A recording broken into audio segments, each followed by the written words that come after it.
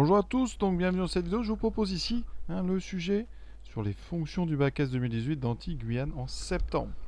Une étude avec la fonction exponentielle et on finira par des intégrales. Donc une première partie qu'on va faire tout de suite, la partie A, lecture graphique. Voici la courbe qui était fournie.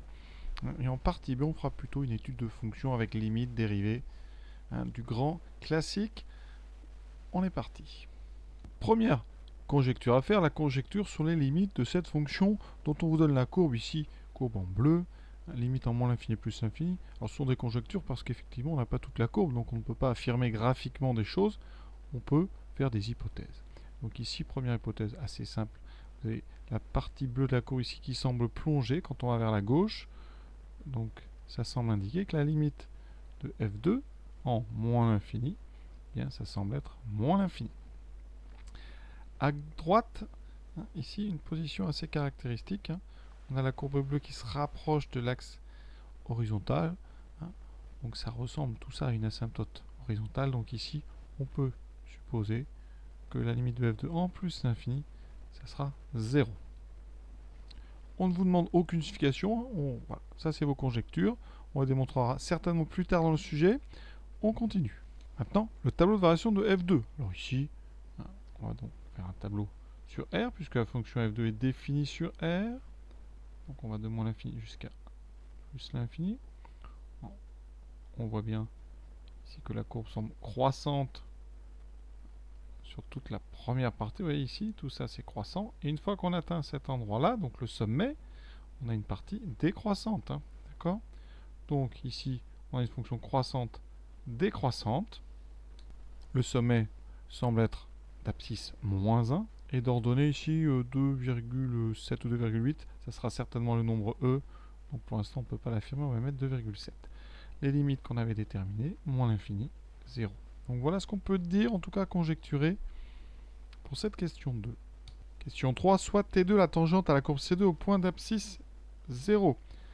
Donc ici le point d'abscisse 0, déjà on va le trouver sur la courbe. Il est ici, donc ça c'est abscisse 0. Le point d'abscisse 0, c'est lui.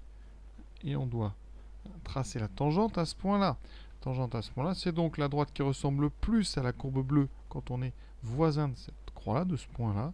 Donc ici, ça semble être cette droite-là. J'ai pas de règle ici, mais voilà. Donc ça semble être donc la droite T2, la tangente ici, donc au point d'abscisse 0. Alors, une équation. Comment déterminer l'équation d'une droite? Première remarque importante. Une équation de droite, cette équation sous la forme, une équation de droite non verticale, ça, donc, une équation réduite qu'on peut mettre sous la forme y égale à x plus b. A, c'est donc le coefficient directeur, là je ne vous apprends rien, et b, c'est l'ordonnée à l'origine. Ça correspond pour la fonction à l'image de 0. Donc ce b, vous devez le trouver quand x égale 0. Donc le point intéressant de la courbe, c'est ce point qui est ici, celui qui nous a servi à tracer la tangente. D'ailleurs, le point de coordonnées 0, 2, ça veut dire tout simplement que l'image de donc f2 de 0 est égale à 2, donc déjà le petit b vaut 2. Ensuite, le coefficient directeur. Le coefficient directeur, on le lit en regardant la droite ici. Donc on va partir d'un point de la droite, le point ici, toujours le même. On va avancer d'une unité et on doit regarder ce qui se passe pour retourner sur la droite. Et là, pour retourner sur la droite, vous voyez, je dois descendre. C'est bien sur la droite que je dois retourner. Je dois descendre d'une unité. Bien, on avance autant verticalement qu'horizontalement en descendant. Donc le coefficient, c'est moins 1. C'est le rapport entre l'avancée verticale et l'avancée horizontale. Quand ça descend, on met un moins. Quand ça monte, on met un plus. Donc, vous pouvez proposer y égale moins x plus 2. Ensuite, on peut vérifier rapidement. Par exemple, pour x égale 2 ici, on s'aperçoit que y vaut 0. Donc si je remplace x par 2 ici, on a bien y égale 0. Donc notre équation est la bonne. Maintenant, on doit assurer un domaine dont l'aire est donné par l'intégrale de moins 2 à 6 de f de t dt. Alors, f2, c'est donc la fonction dont on a la courbe en bleu. On est sur l'intervalle moins 2, 6. On remarque que sur cet intervalle, f de t est positive. Donc, l'intégrale de moins 2 à 6 correspond à l'air sous la courbe. L'air sous la courbe de moins 2 à 6, donc il faut trouver moins 2, il faut trouver 6. Voilà. Donc l'air qui est sous la courbe, c'est l'air donc ici qui part de l'axe horizontal jusqu'à la courbe bleue. Alors voilà, vous assurez ça. Alors il faut faire ça proprement. Hein. Voilà. En général, quand on assure, on trace des segments comme ça parallèles qui relient. Il part de la courbe bleue pour aller jusqu'à l'axe donc horizontal.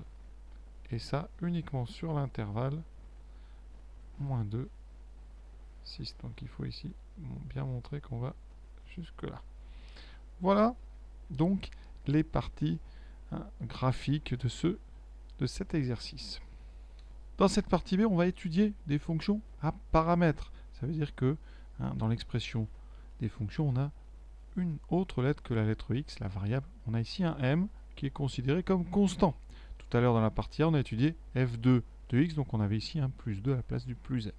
Première question, on va étudier les limites de ces fonctions, donc en moins l'infini et plus l'infini. Donc on commence tout d'abord en moins l'infini, et comme on fait évidemment à chaque fois sur une feuille de brouillon, on va regarder rapidement. Donc ça, c'est sur votre feuille de brouillon.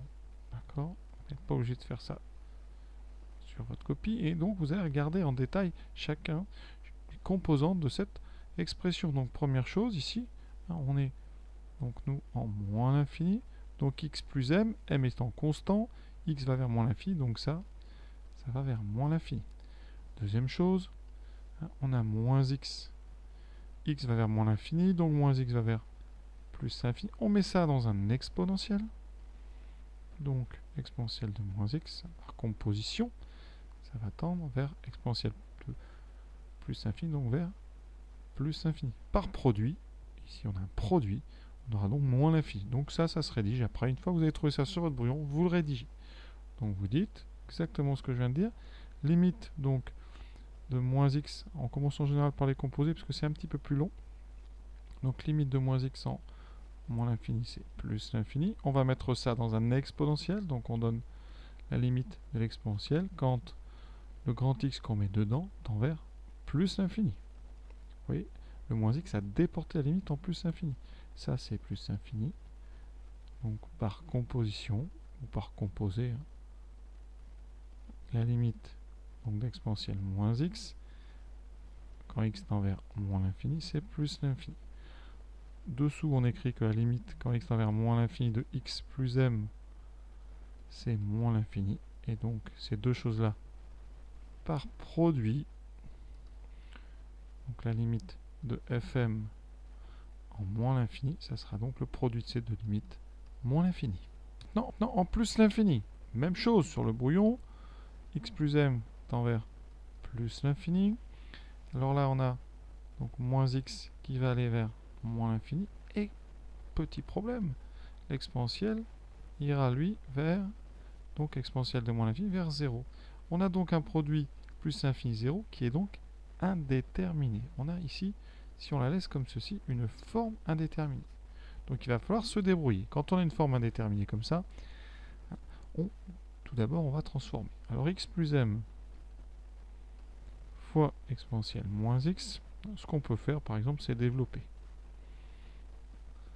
Et en moins l'infini on se rend compte qu'il y a un terme qui ne pose aucun problème, c'est le deuxième. Ici on a la limite quand x tend vers donc plus l'infini de moins x, c'est moins l'infini. On met ça dans un exponentiel. Donc on regarde l'exponentiel quand x tend vers moins l'infini. Et ça, on sait que ça fait 0. Donc par composition, on rédige toujours un petit peu trop ici. Évidemment, les élèves souvent rédigent beaucoup moins. Mais là, on est là pour détailler. Donc on fait les choses bien. Donc la limite en plus l'infini de exponentielle moins x, c'est 0. Donc ici, première limite intéressante, la limite quand x tend vers plus l'infini de m, qui est constant, fois exponentielle moins x, m fois une limite 0, ça donnera donc 0. Le seul souci, c'est donc x de moins x, qu'on peut écrire autrement. Regardez, si j'utilise une propriété de l'exponentielle, vous savez qu'exponentielle moins x, c'est l'inverse d'exponentielle x. Donc on peut écrire ça comme ça, x sur e de x. Toujours avec ce terme ici qui ne nous embête pas. Et x sur e de x, eh bien ça, c'est une croissance comparée. hein. Je vous rappelle que dans le cours, la limite quand x tend vers plus l'infini de e de x sur x, c'est plus l'infini. L'exponentielle l'emporte. Donc, par inversion, la limite quand x tend vers plus l'infini de x sur e de x, c'est 0. Et on a terminé parce que là, donc ici, limite quand x tend vers plus l'infini de x sur e de x égale 0. Vous ajoutez deux limites 0, donc par addition,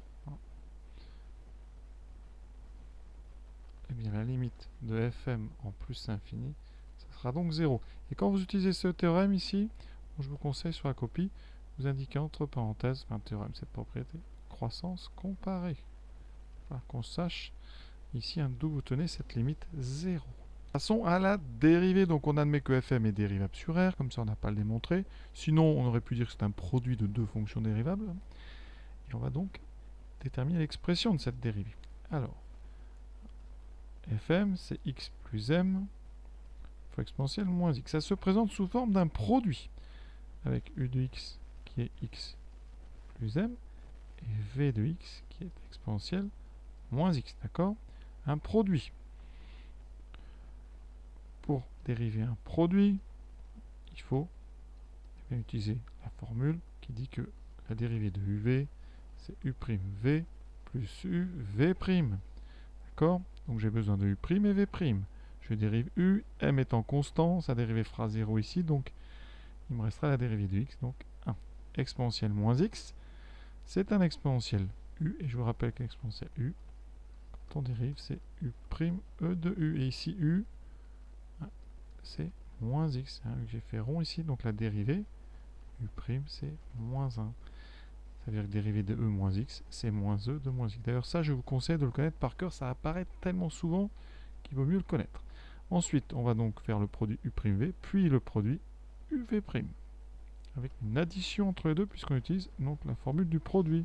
Cela donne, donc ici, 4 parenthèses avec un plus au milieu, u'1 fois v plus u fois v'. On développe, on enlève les parenthèses, e moins x, plus x plus m fois moins e moins x. Donc là, on factorise par e moins x. Vous aurez 1 pour le premier terme. Ensuite, attention à ce moins qui va être distribué à x, mais aussi à m. Donc on aura 1 moins x moins m. Est-ce que c'est ce qu'on a? Oui, mais on va le mettre un petit peu dans le bon ordre. On va commencer par la première ici, donc moins x moins m plus 1 e de moins x. C'est exactement ce qu'il fallait démontrer. Donc c'est QFD, ce qu'il fallait démontrer. Pour étudier les variations de fm sur r, il faut étudier le signe de la dérivée. Donc ici, on a cette dérivée, on vient de démontrer ici que quel que soit x, c'était moins x moins m plus 1 e de moins x. Alors, c'est un produit, donc il faut le signe de chaque facteur. On sait que quel que soit x, exponentielle de x était positif, donc exponentielle moins x aussi. Donc ça veut dire que le signe dépend de moins x moins m plus 1. Or, moins x moins m plus 1, c'est une fonction affine qui s'annule ici. Alors on va résoudre, hein. C'est x l'inconnu, donc ça fait moins x égale, on ajoute m moins 1, et ensuite on multiplie par moins 1, donc x égale 1 moins m. Fonction affine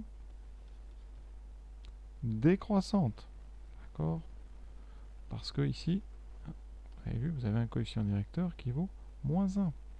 Donc, décroissante, ça veut dire que le signe, c'est plus, c'est 0 moins. Donc, quand on va faire le tableau de signes, on est sur R, voilà. Ici, vous aurez donc f', dont le signe est le même que celui de moins x moins m plus 1, puisque l'exponentiel est strictement positif. Cette fonction affine s'annulant 1 moins m, on l'a dit.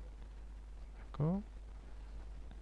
C'est une fonction affine décroissante, donc un signe plus 0 moins. Donc là, on a plus à gauche, moins à droite. Voilà, ça veut dire que la fonction fm va être croissante, puis décroissante. Les limites qu'on a trouvées tout à l'heure, on va pouvoir les mettre. On avait trouvé en moins l'infini moins l'infini, et en plus l'infini, on avait trouvé 0. Restera à trouver le sommet, donc ici on peut. On va calculer donc la valeur de fm en 1 moins m, ce qui donne, ici, vous voyez juste au-dessus, ça fait 1 moins m plus m, exponentielle de moins 1 moins m. Ici les m s'annulent, il me reste juste l'exponentielle. Exponentielle de moins 1 plus m, donc m moins 1. Voilà. D'ailleurs tout à l'heure, hein, quand on a fait les lectures graphiques, on avait f2, et j'avais dit que le maximum était certainement en E. Effectivement, si je prends m égale 2, ici on a E de 2 moins 1, on a bien E. Donc tout ça, ça conforte tout ce qu'on a fait depuis le début. Quatrième A, pour trouver m, on note Tm la tangente au point d'abscisse 0.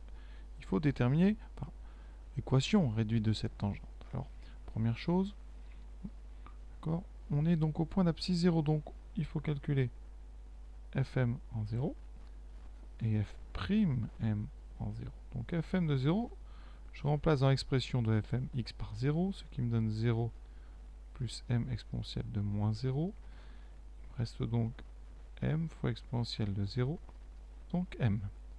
Ensuite, la dérivée, j'ai encore la formule ici, donc ça me fera moins 0 moins m plus 1, exponentielle moins 0.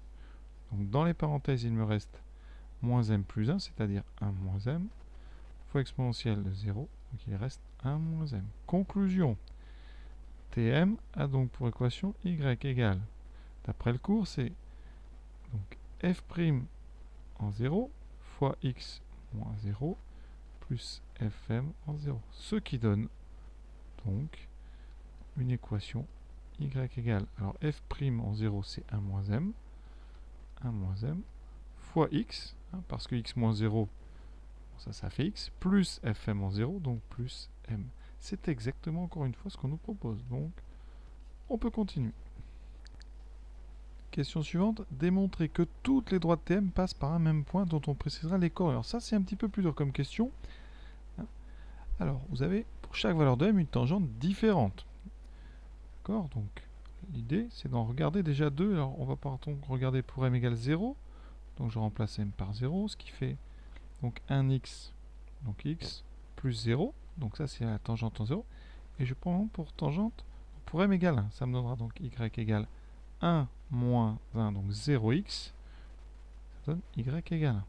Ça veut dire que ça, c'est donc les deux tangentes qui sont venues à l'esprit le plus vite, en 0, enfin pour m égale 0 et pour m égale 1.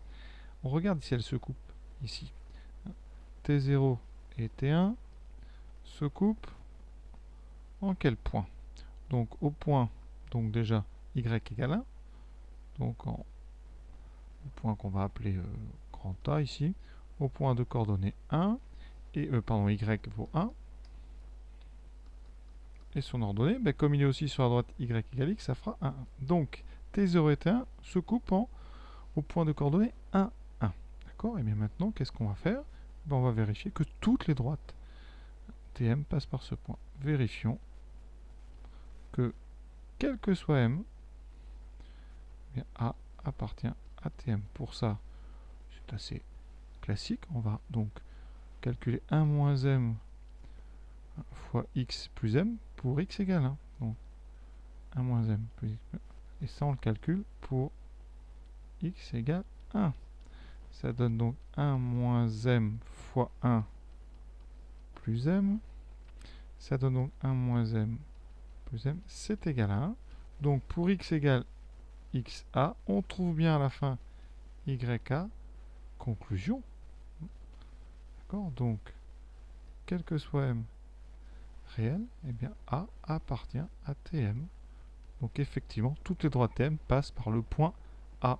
Et l'idée, ça a été vraiment de trouver l'intersection entre deux droites prises au hasard, deux droites que j'ai prises les plus simples possibles, donc pour des valeurs très simples de m, c'est-à-dire ici j'ai pris 0 et 1, de façon à avoir ici facilement l'intersection des deux droites. Question suivante, étudier le signe de fm de x pour tout réel x. Alors, fm de x, c'est x plus m e de moins x, d'accord? Donc comment on fait ça? Alors, le signe de fm de x, on va faire un tableau de signes si on veut. On sait ici que, eh bien, quel que soit x, on l'a déjà dit, exponentielle moins x est strictement positif. Donc, fm de x est du signe. Donc, fm de x a le même signe que x plus m. Donc, on peut tout de suite faire un tableau, ça va aller très vite. Ici, on a donc x entre moins l'infini et plus l'infini. D'accord? Et donc, ici, le signe de fm, ça sera le même que x plus m. Alors, x plus m, c'est affine. D'accord? Le coefficient sien, donc c'est affine croissante. D'accord? X plus m s'annule, donc on cherche. X plus m, ça vaut 0 quand x égale moins m. Donc ici, en moins m, ça vaut 0. C'est affine croissante. Donc ça veut dire votre fonction, la courbe a une forme comme ça, avec ici l'intersection avec l'axe horizontal. Donc le signe, ça sera moins 0 plus. Donc voilà, le signe de fm est déjà terminé. Hein. Donc si on doit faire des phrases, pour tout x plus petit que moins m, fm de x est négatif. Pour tout x plus grand que moins m, fm de x est strictement positif. Et ensuite, fm de moins m vaut 0. Donc voilà, résumé de tout ce qu'on a fait. Question 6. On admet que grand F2, dont l'expression est donc moins x plus 3 de moins x, est une primitive de petit f d'or. On l'admet, je vais quand même le montrer rapidement. Pour montrer ça, il faut calculer la dérivée de grand F2. Alors grand F2, ici, vous voyez, c'est un produit. Ici, ça c'est U, et l'autre, voilà, ça c'est donc V. Donc quand on dérive un produit, on a déjà fait ça. C'est pour ça qu'on ne vous demande pas de le refaire, vous l'avez déjà fait au début du texte, pour f' de m. Ici, pour f' m de x, voilà. Donc là, on va avoir u', donc la dérivée de moins x plus 3, qui sera moins 1 fois u, plus donc u fois v'. Donc on dérive exponentielle moins x. On l'a déjà fait tout à l'heure, ça fait moins exponentielle moins x. Ici, on peut factoriser par exponentielle moins x. Vous aurez moins 1, moins x. Donc attention, moins x fois moins, donc plus x. Moins 3 fois moins, ça fait plus 3. Ce qui donne exponentielle moins x fois x plus 2. Et effectivement, on retrouve f2 de x. D'accord? Donc ça, ce n'est pas à faire, mais voyez, on le redémontre. On vous demande de déterminer, en fonction de x, l'intégrale de moins de x, f de 2 de t dt. Pour calculer une intégrale, déjà il faut que f2 soit défini sur moins 2x, donc ça c'est bon. Ensuite, il faut une primitive de petit f2, on vous en donne une, c'est grand f2, donc on va prendre entre moins 2 et x. Il s'agit juste de remplacer d'abord t par petit x, donc ça fait grand f2 de x, moins grand f2 de moins 2. D'accord? Donc on a la formule ici, ça donne moins x plus 3e de moins x, moins cette valeur-là en moins 2. Donc on remplace x par moins 2. On fait bien attention, il y a le moins de la formule et le moins qui est dans grand F2.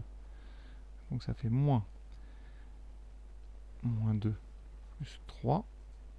Alors le moins ici, le moins du moins x. Alors ça fait beaucoup de moins, donc là vous voyez j'en ai oublié un. Faites très attention. Ça fait donc moins 2 plus 3 de moins 2.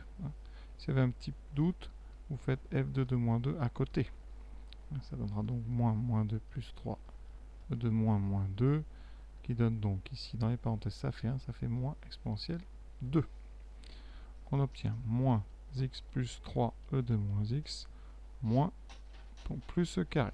Maintenant, en déduire la valeur de ce qu'on vient de calculer quand x tend vers plus l'infini. Alors première remarque ici, on a x plus 3 de moins x, ça c'est moins f3. On reconnaît en fait f3 de x plus e2. Donc quand on va chercher la limite, eh bien on aura déterminé la limite de f3. Or, on a déjà déterminé la limite de f3 parce qu'on sait que, quel que soit m, la limite quand x tend vers plus l'infini de fm de x, on a dit déjà que c'était 0. Donc la limite de f3 de x, donc quand x tend vers plus l'infini, c'est aussi 0. C'est pour ça que x plus 3 fois exponentielle moins x, ça tend vers 0. Vous n'avez plus qu'à mettre le moins et rajouter e carré. Donc la limite quand x tend vers plus l'infini de moins f3 de x plus E2, c'est E carré. Et on a terminé. Donc, je répète, hein, la chose intéressante, c'est que la limite de ce terme-là, on ne la refait pas parce qu'on doit reconnaître ici l'expression de f3 de x. D'accord? Et f3 de x, c'est un cas particulier de fm, donc on a déjà calculé la limite en plus infini, c'est déjà fait, c'est 0. Voilà pourquoi votre intégrale de moins 2 à plus l'infini aura une valeur de e carré. Et on a terminé le sujet, voilà. J'espère que ça vous a plu. À très bientôt.